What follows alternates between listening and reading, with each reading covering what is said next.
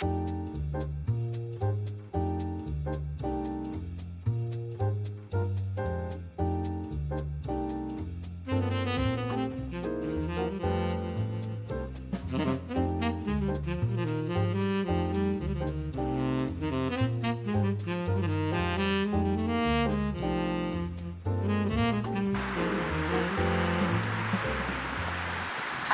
I'm Sarah. It's February 13th.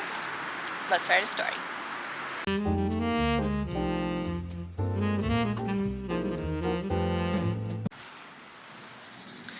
Okay, so I'm really excited for this one because I have like a pretty set idea of what I want the story to be about.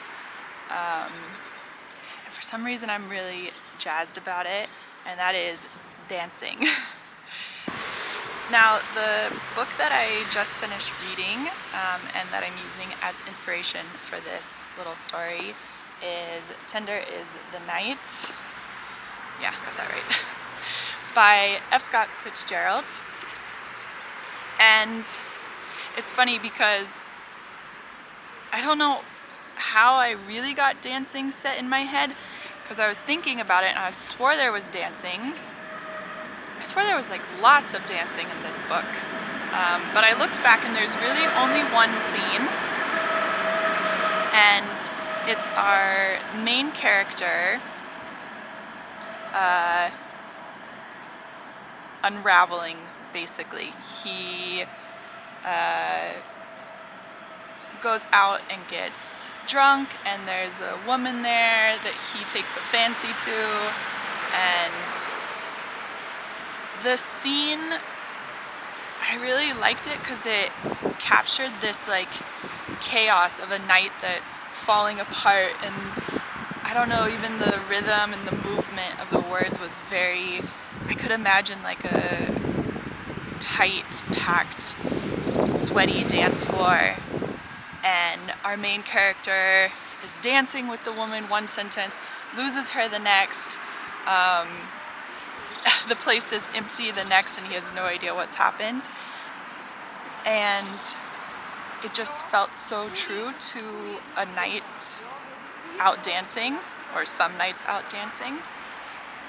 And it just really stuck with me, even though it's, I mean, this is quite a thick book. And when I looked back, this dancing scene only takes up, you know, just a small paragraph. But it coincided with a few other like dancing things in my life. I just happened to be watching some videos of a YouTube creator. Sorry, that's a tram, hopefully it's not too noisy. And she had gotten married, and so I was watching a video of her doing like a choreographed dance with her then husband. And it was really sweet and like so innocent, and which is just perfect because that's a bee that I'm looking at, by the way, because the contrast between that form of dance being something almost pure with the like almost depravity of the scene that happens in Tender is the Night. Can you see him? That's what really interested me, is you have sort of an ideal of dance. It's kind of like one of the arts, you know, and something of such like what we strive for as humans: beauty and grace and elegance, being synchronized with the person you're with, intimacy. But then to have it be a scene like this, where it's representative of a life really falling apart, and a lack of control, and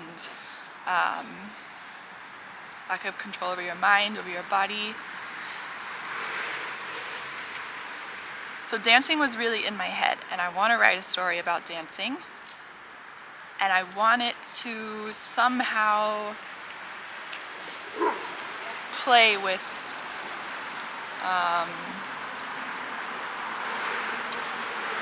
all that dancing can mean or can show. Yeah, I'm not sure really where I want to go with it, but I want it to be cool.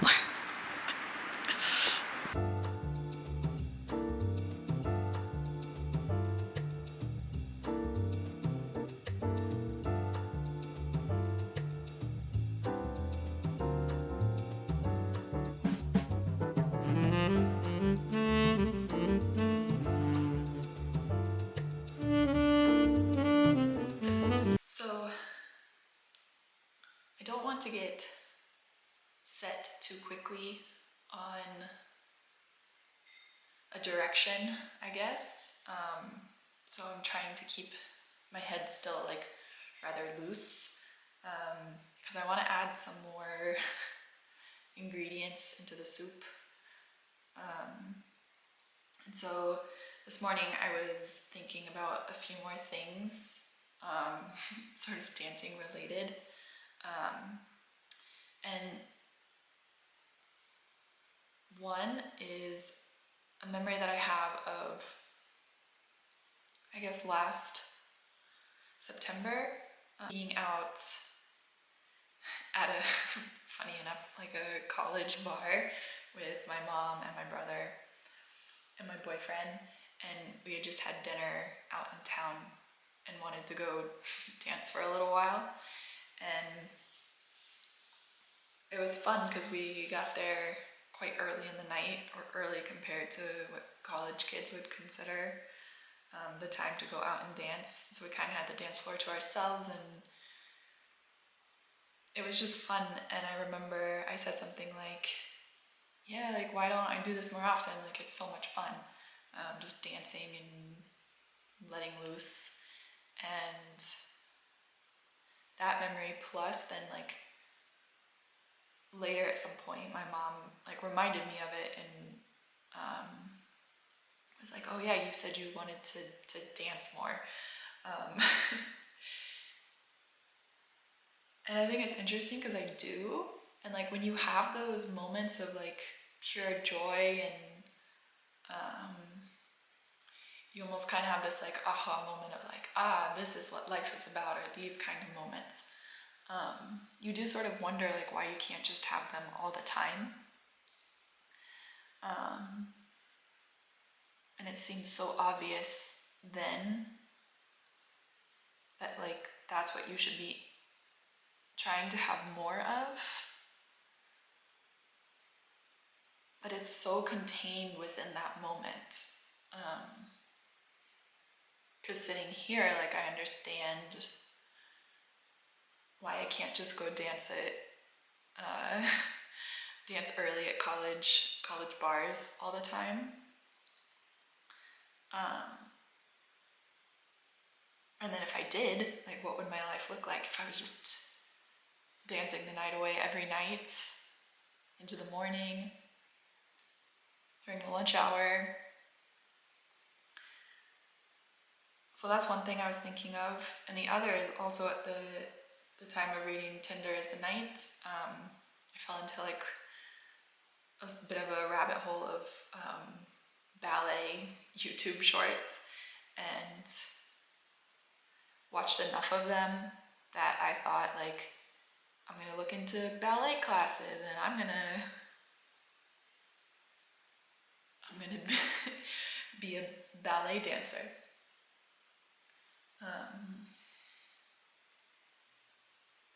And all it took was just glancing around to find if there were any English language classes here in Prague, for that idea just to fall by the wayside.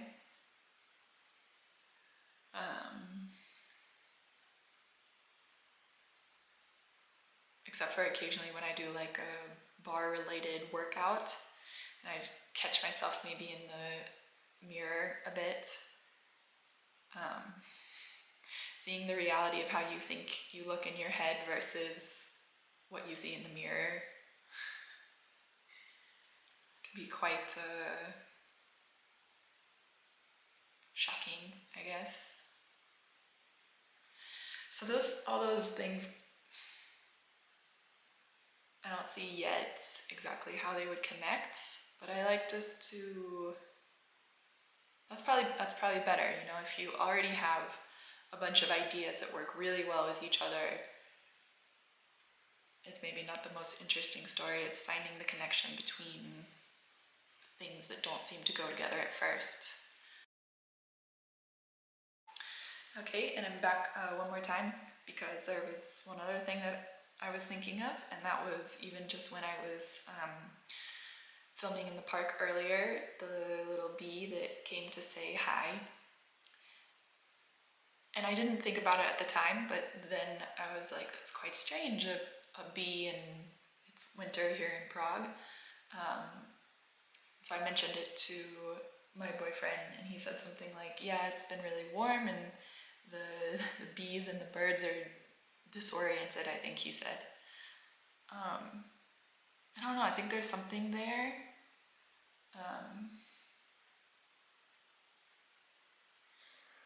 Where there's like a change from the norm, and what it does to us.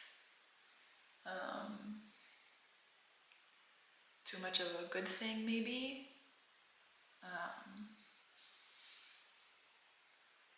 Yeah, so adding that in, see what it does.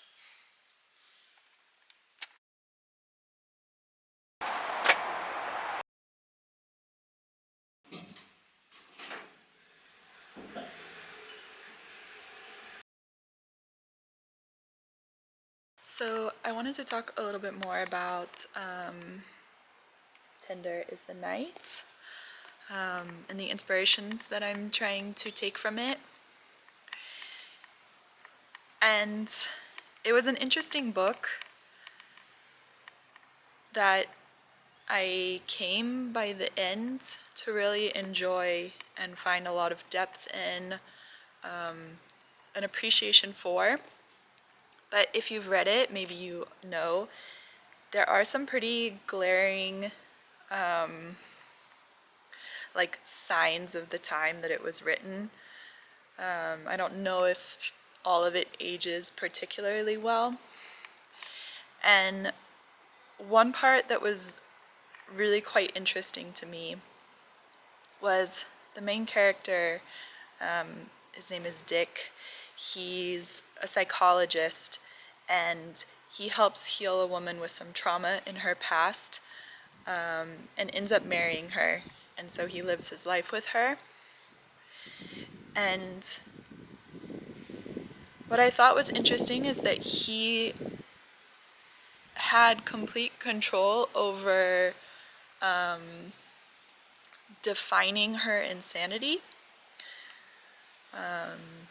There would be moments where it felt like she was just reacting as like a normal woman would, but he was able so easily just to dismiss, not even just to dismiss her behavior, but to sort of put her into this box, or control her, I guess is a better way to put it, by saying, oh, this is a sign of a relapse. And I thought that was interesting, sort of who we let have control of sane versus insane. And thinking back to what I was talking about with dancing, and if you just danced all day, that would be quite insane. And I think that's true. I think we all know that.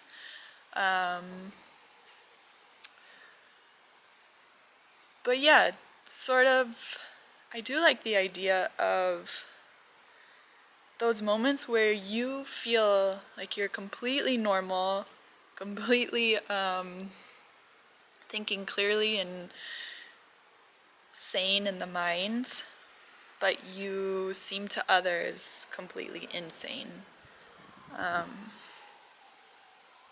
So maybe we'll see that on the dance floor. I don't really know yet what dancing memory I'll use, or if I'll just come up with something entirely. But yeah, some more inspiration from the literature.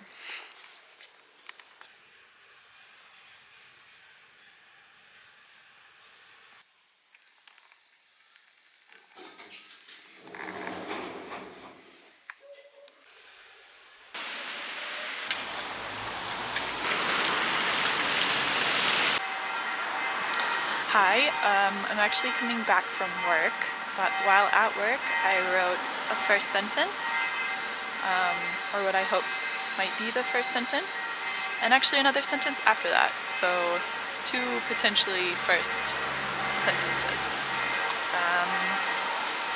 And here is what I wrote. Is it true a bee knows spring by its heat? And am I a woman if I know my hip by his touch? So that's what we have to work with now, and we'll see where it goes from there.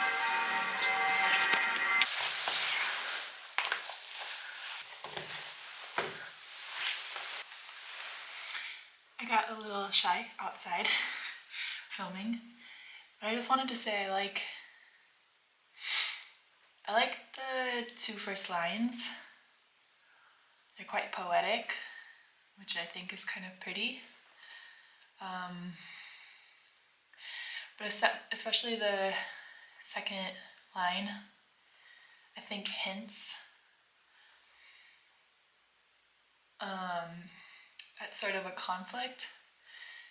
Like, is this dance for this woman a positive or a negative? Empowering or disempowering? Is she in control of it, or is he? And we're on the dance floor. So I think it's a good start.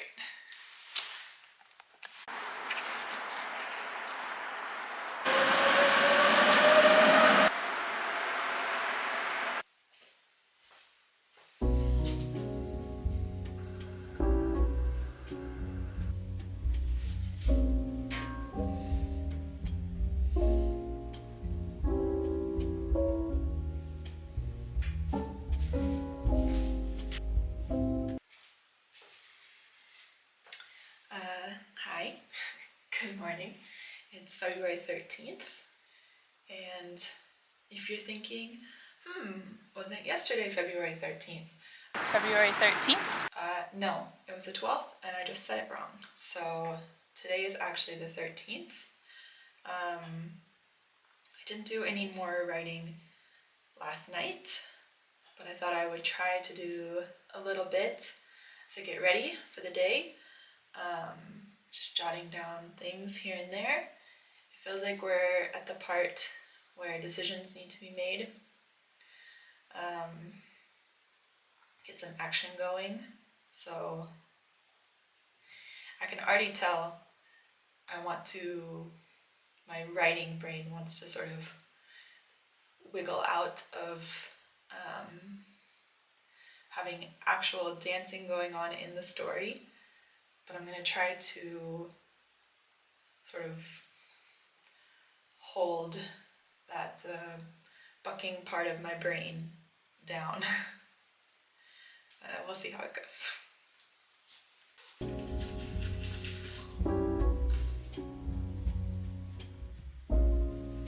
So one thing is that I tend to write, not really on purpose, it's just the way it turns out, quite melancholy stories, or I don't know, even cold or lonely, or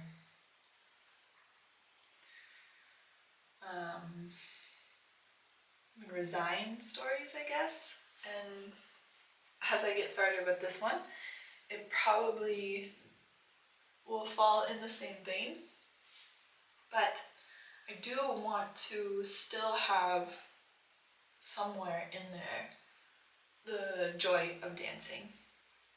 if just to give a contrast.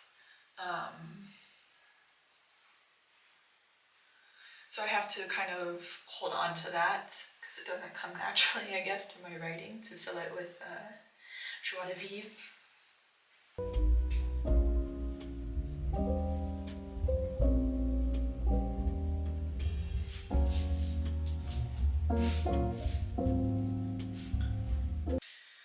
Okay, so I've written quite a bit and deleted quite a bit, and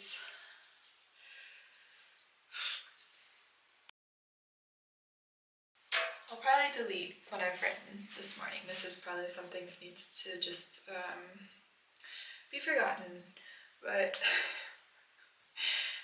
just wait. Okay, so from yesterday we have, is it true a bee knows spring by its heat? And am I a woman if I know my hip by his touch? Well, it gets worse. I wasn't even sure he'd meant to brush his fingers there where the brass stud of my jeans slid like an egg on a pan.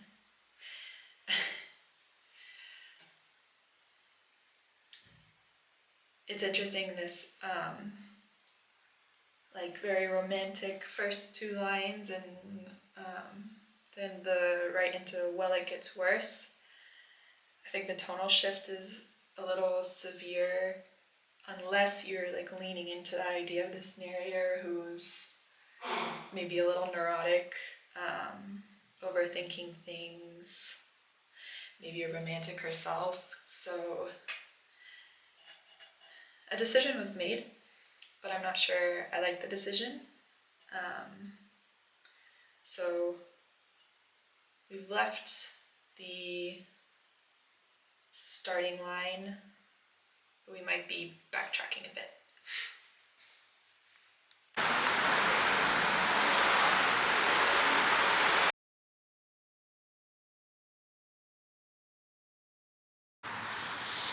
Okay, so I did quite a bit of writing at work and over lunch, and definitely got to the point where I was just drowning in a bunch of stuff that I didn't really know where it was going. I was just trying to put some stuff down on the page. So I moved that section that I wrote this morning, and I didn't delete it because I kind of liked the voice of it, especially the well, it gets worse. Kind of sensed like a mad, maybe, playing with this idea of who defines insanity. So I kept it around because I kind of liked it. I added some stuff. Again, this was just throwing stuff down. How easily I swung between their legs.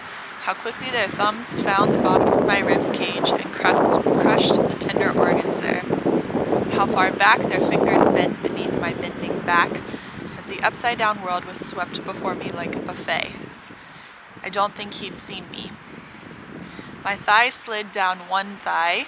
That sentence gets interrupted with an inner thigh slid down an inner thigh. A black floor scuffed red painted toes peeping.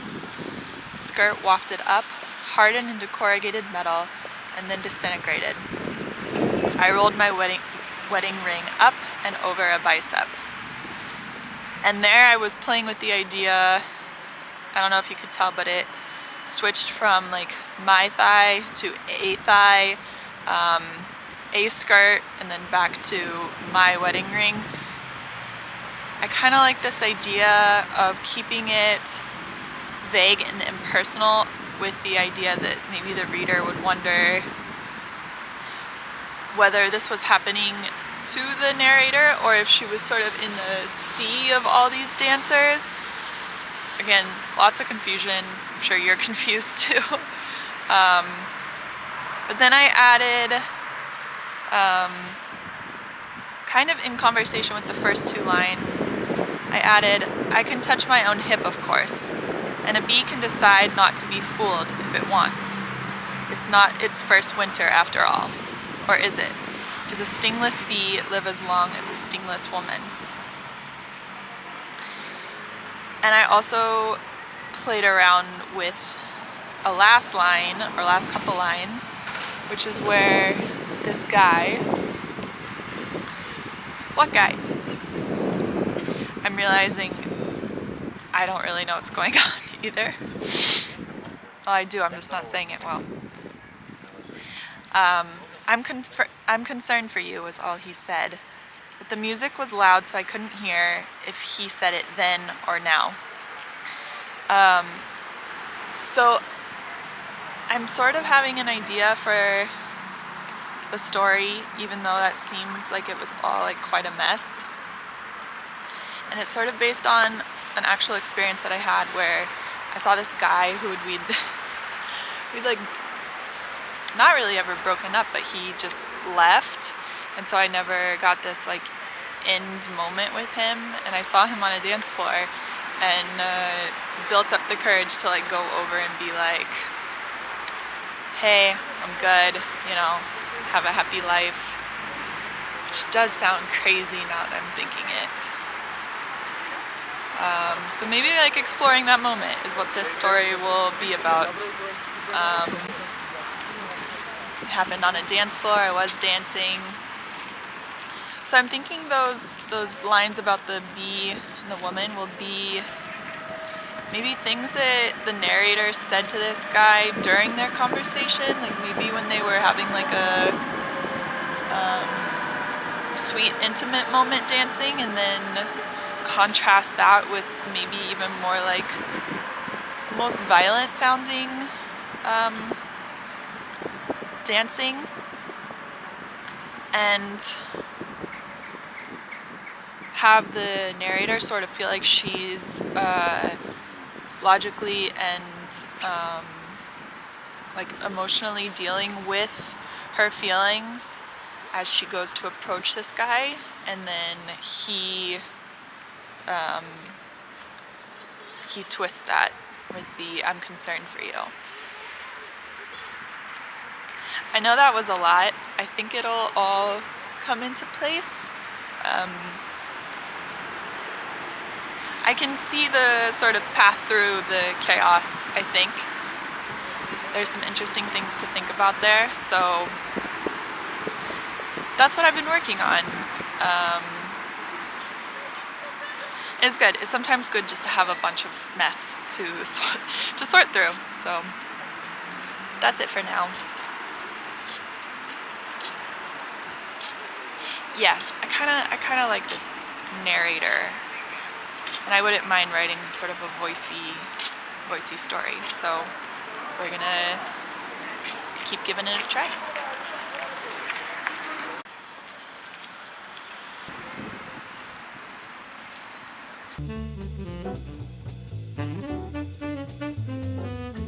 Hi, good morning. It's February 14th now. Another day, and with it some clarity. I know when I checked in yesterday, it was a bit of a mess. So here's where we are now. I'll read it for you. Is it true a bee knows spring by its heat? And am I a woman if I know my hip by his touch? Did you say that aloud, he asked as we swayed. Look how carefully I moved my feet in time with theirs in the dark, in the colorful dark. When they slid their toes, hands moving up their thighs, I slid my toes. I pricked my fingers to clear a path for you. Okay, so I did add, after those first two questions, I added the line, which I actually really like. Did you say that aloud, he asked as we swayed. And I like it because it, one, it doesn't make sense. And it plays off of, I think, a quite common line, maybe in like romance novels more, of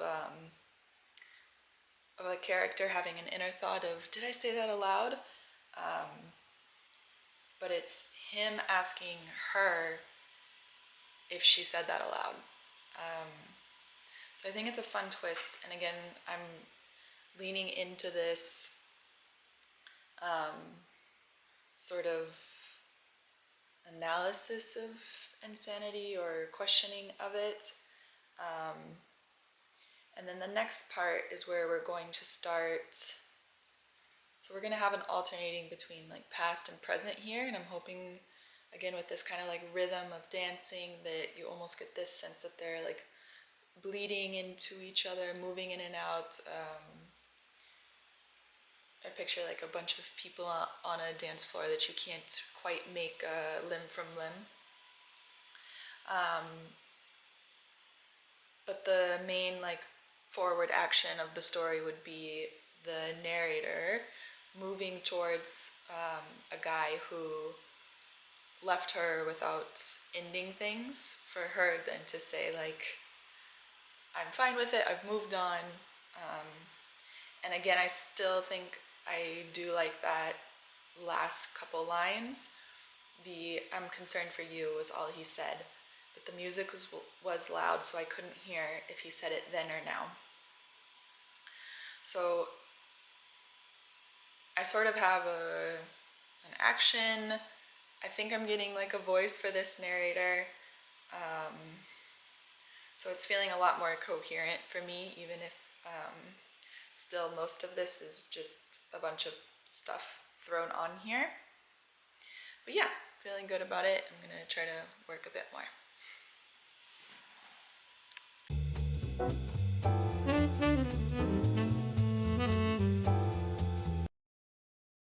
It's feeling a bit too boys make girls crazy, boys gaslight girls, which, well, true. It just feels like a little one-dimensional right now. Like, I think we can complicate it. I don't want it just to be like a poor girl story. So there needs to be something else, I think, to make it more interesting, or at least more interesting to me. So I'm liking it, but I feel like we're still missing some elements.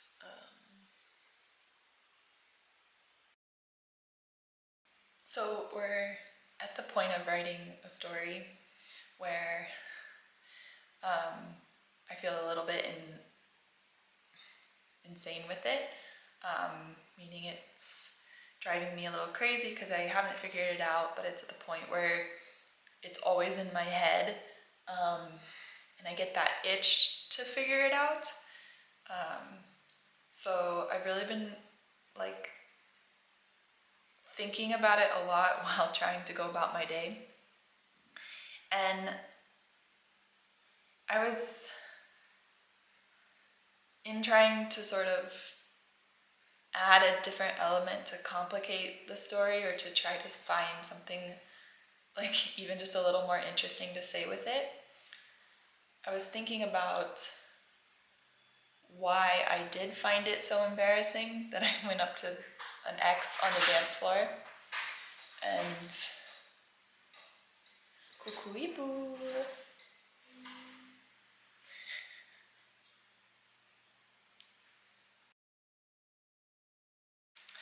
Right, so I was thinking about what it was exactly that made me have this immediate reaction to the memory of seeing that ex on the dance floor and going over to him and being like, we're all good, man. I'm fine, you're fine. And it had me thinking of kind of the idea that for some reason, whenever you tell someone you're fine, you sound a little crazy. And that's been kind of, I think there's something interesting there to be explored. So I'm gonna see how that works in with what I have. Yeah, I think that's something a little bit more interesting than just what I have right now. So that might be that little element. But yeah, that's what I've been thinking about.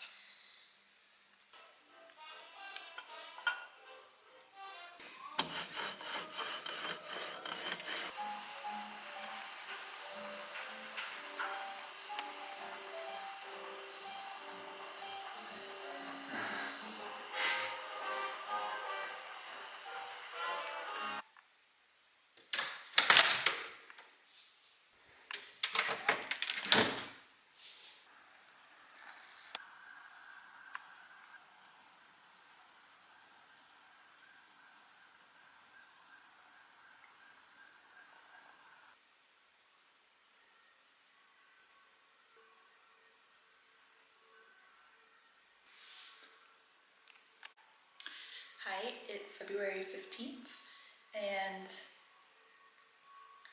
I wanted to clarify, I guess, the thoughts that I was thinking yesterday.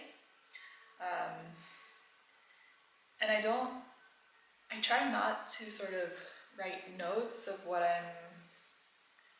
um, what I'm thinking the direction of the story will be, meaning I tried to put everything directly into prose, but I was struggling to kind of think through what I wanted to say within the confines of the story. So I wrote, again, this is too like on the nose for me to put in the story, but this is sort of just trying to work through my thoughts again. If I tell him I'm fine, he will think I am lying. If I tell him I am not fine, he will think I am telling the truth.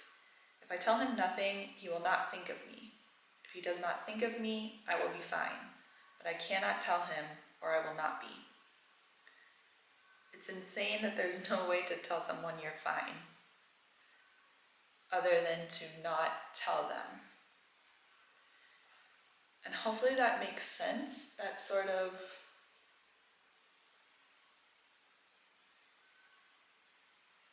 it's almost like a loophole in language. And what I've been thinking about is how much power it gives to the person who has walked away, the person who has sort of claimed fine first. And so then returning to the story itself, with again kind of working a bit more in just sort of this haphazard way of writing things and trying to find my way. Kind of toying with the idea that this narrator almost has acknowledged this, kind of like that loophole in language, and that the parts that are kind of referencing back when they were still in a relationship, we see that she's not speaking, and sort of almost as a way to say that once this is over, I can't talk to you without seeming insane, so I'm not going to talk to you during the relationship. And of course, in reality, that's not possible to not be talking in a relationship. So again, we have all these layers of unreality and insanity, but I think if we almost stack them up, it will make the point. It will make a sane point. So again, we have that that line where he asks, like, did you say that aloud? He asked as we swayed. But she didn't actually say anything. And again, I have that repeated a couple more times of him thinking that she said something that she hasn't.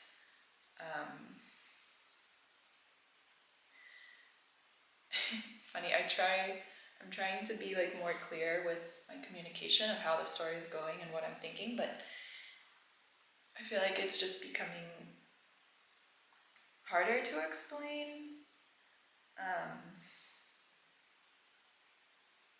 But I still think that's better if you can explain exactly what your story is about in a sentence.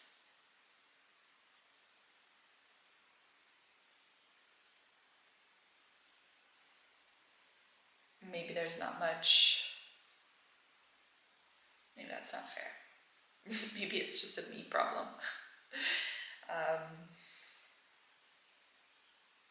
But yeah, even though it seems like I don't have any idea what I'm talking about right now, I see a bit more of the story. And I think I've said that already, but I mean it this time.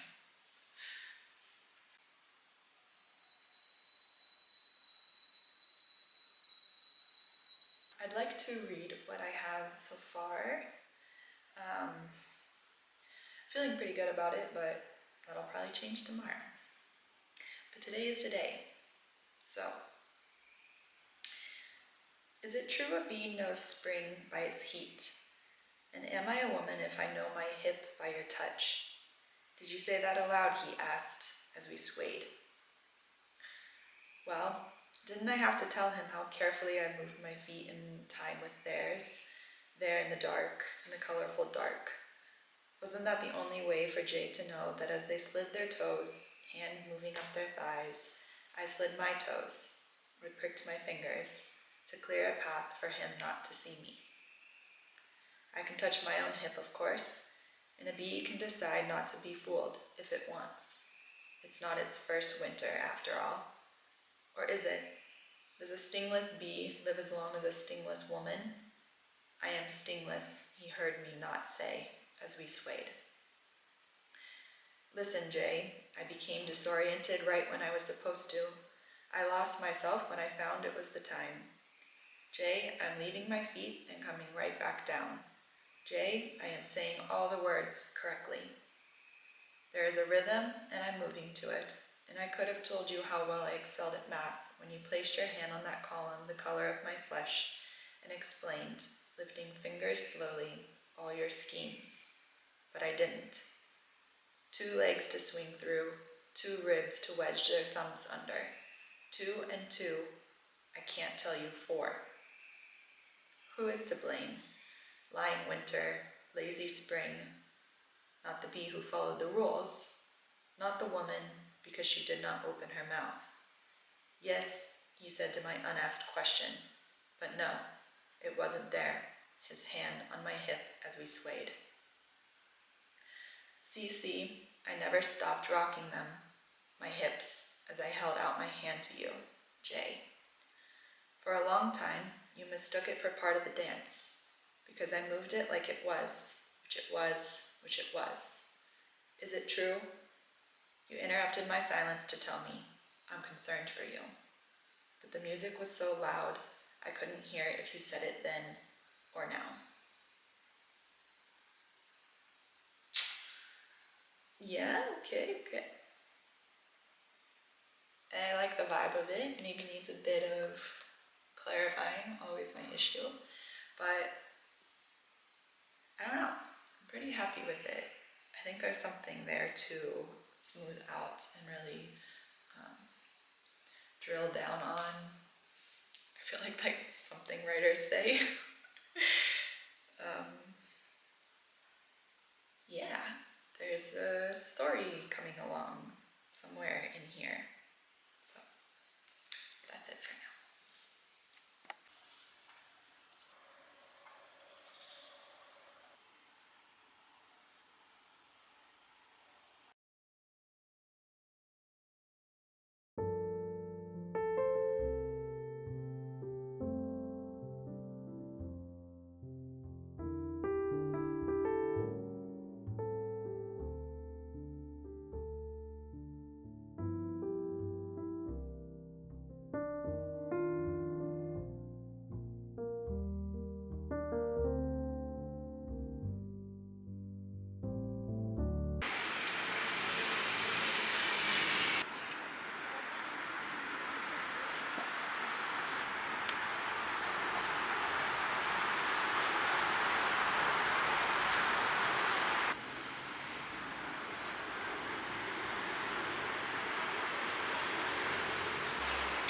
Hi, it's February 16th. I was just leafing through some of the pages that I had dog-eared in Tender is the Night. And there's this end of a chapter where the main character says, God, am I like the rest after all? So he used to think, starting awake at night, am I like the rest? He used to think that he wanted to be good, he wanted to be kind, he wanted to be brave and wise, but it was all pretty difficult. He wanted to be loved too, if he could fit it in.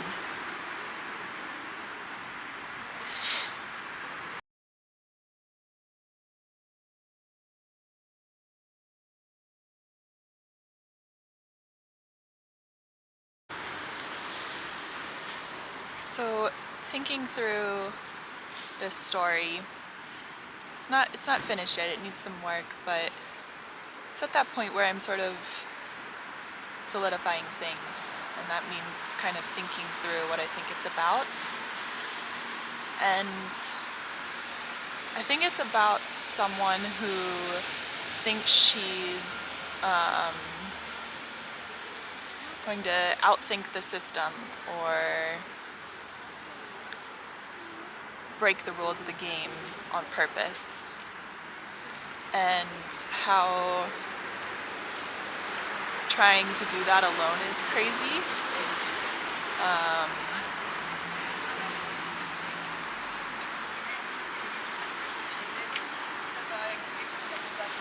The game itself is doesn't make any sense, but then trying to break out of it doesn't either.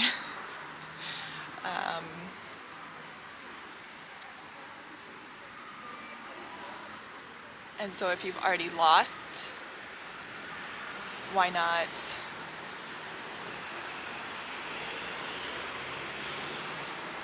I don't know, lose on your own terms, I guess. And I guess also how the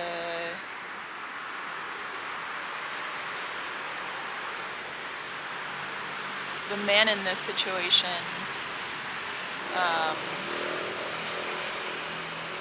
thinks she's playing along when she isn't, because the role is so well defined that it's just going through the motions.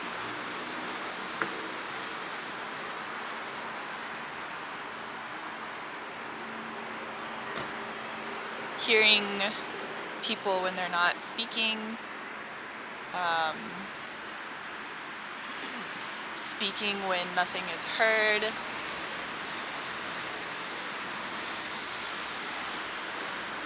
and I think it does fit in with this idea of the dance, going through the motions.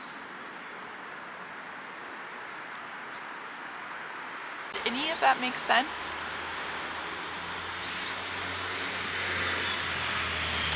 Sometimes I wonder.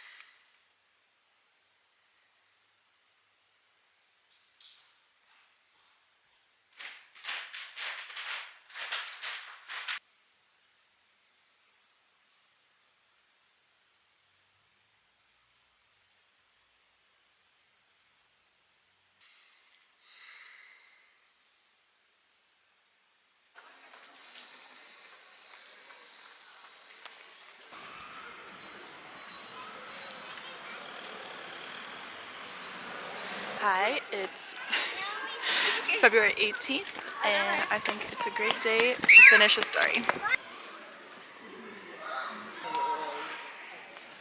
So if it freezes over, the leaves that are out of the blossom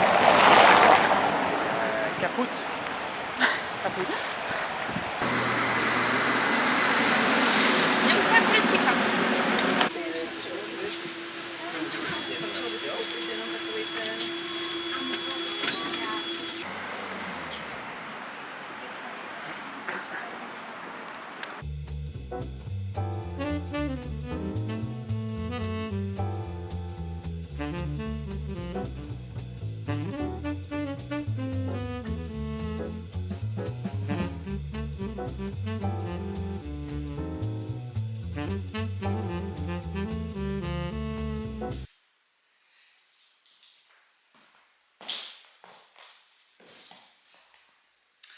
And just like that, we have a completed story.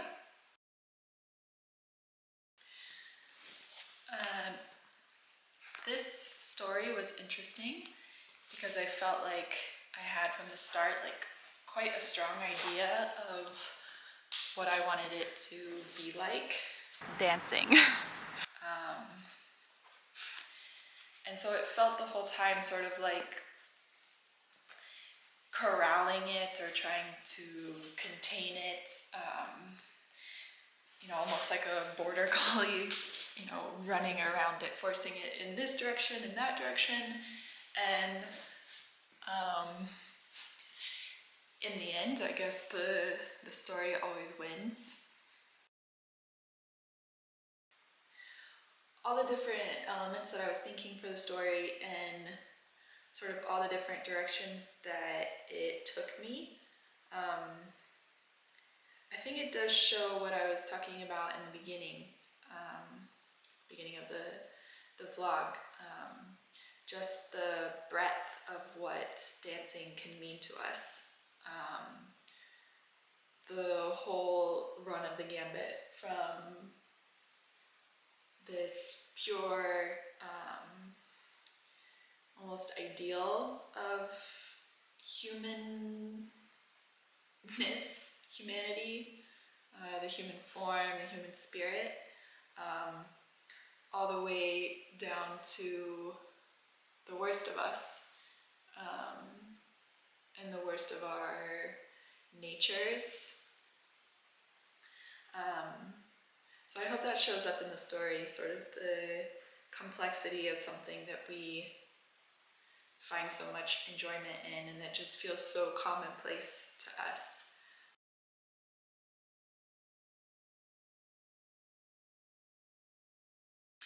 I'm going to end by reading you the story, but I wanted to first say thank you for watching. I'm learning it's very hard to put into words what I'm thinking in a clear way, so I hope you weren't too frustrated with a bit of chaos along the way. I'm never really quite sure if it's a matter of me needing to sort of clean up my process, or if the mess is part of my process.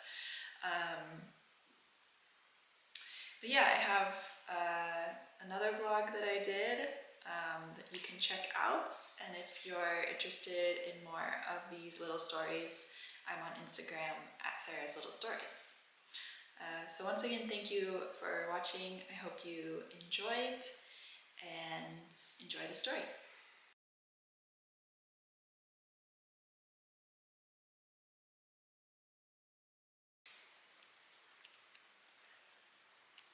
To knowing what you will. Then, is it true a bee knows spring by its heat? And am I a woman if I know my hip by your touch? Did you say that aloud, he asked, as we swayed. Now, how will he know how carefully I move my feet in time with theirs, here in this colorful dark? How will Jay see that as they slide their toes, hands moving up thighs, I slide my toes, fingers pricking on needles to clear a dance floor path for him not to see me? Then, I can touch my own hip, of course. And a bee can decide not to be fooled if it wants. It's not its first winter. Or is it? Does a stingless bee live as long as a stingless woman? I am stingless, he heard me not say as we swayed. Now, notice me now. Look, Jay, I'm becoming disoriented right when I'm supposed to. I'm following along and losing myself. Jay, I'm elevating, seeing above it all, never coming back down and coming right back down. Jay, I'm singing the words correctly into any ear but yours. Then, a bee, a woman. Bee, bee, a woman. This is the first thing you didn't hear me say as we swayed. Oh, I'm fine, lover. I'm doing just great without you. Now, there is a rhythm, I know. All those months ago I could have told him how well I excelled at math when he placed his hand beside my head on that column the color of my flesh and explained, lifting fingers slowly all his measures. 1, 2, 3, 4, 1, 2, 3, 4. 2 legs I swing through, 2 thumbs wedged under my ribs, 2 and 2, but I can't tell him 4, I won't. Then, who is to blame? Lying winter, lazy spring, autumn with its blowtorch. They decide the calendar no more than man the goodness he desires. Not the bee who followed the rules, not the woman, she did not open her mouth. Yes, he said to my unasked question, but no, it wasn't still there, his hand on my hip as we swayed. Now all of us but daughters' mothers know it would be insane to dance all the time, so all the time I hold out my hand to you to say I'm all right, I dance. For a long time you mistook it for part of my dance, because I moved it like it was, which it was, which it was. Is it true? You interrupt my silence to say, I'm concerned for you. I'm sorry, the music is loud. Jay, did you say it then or now?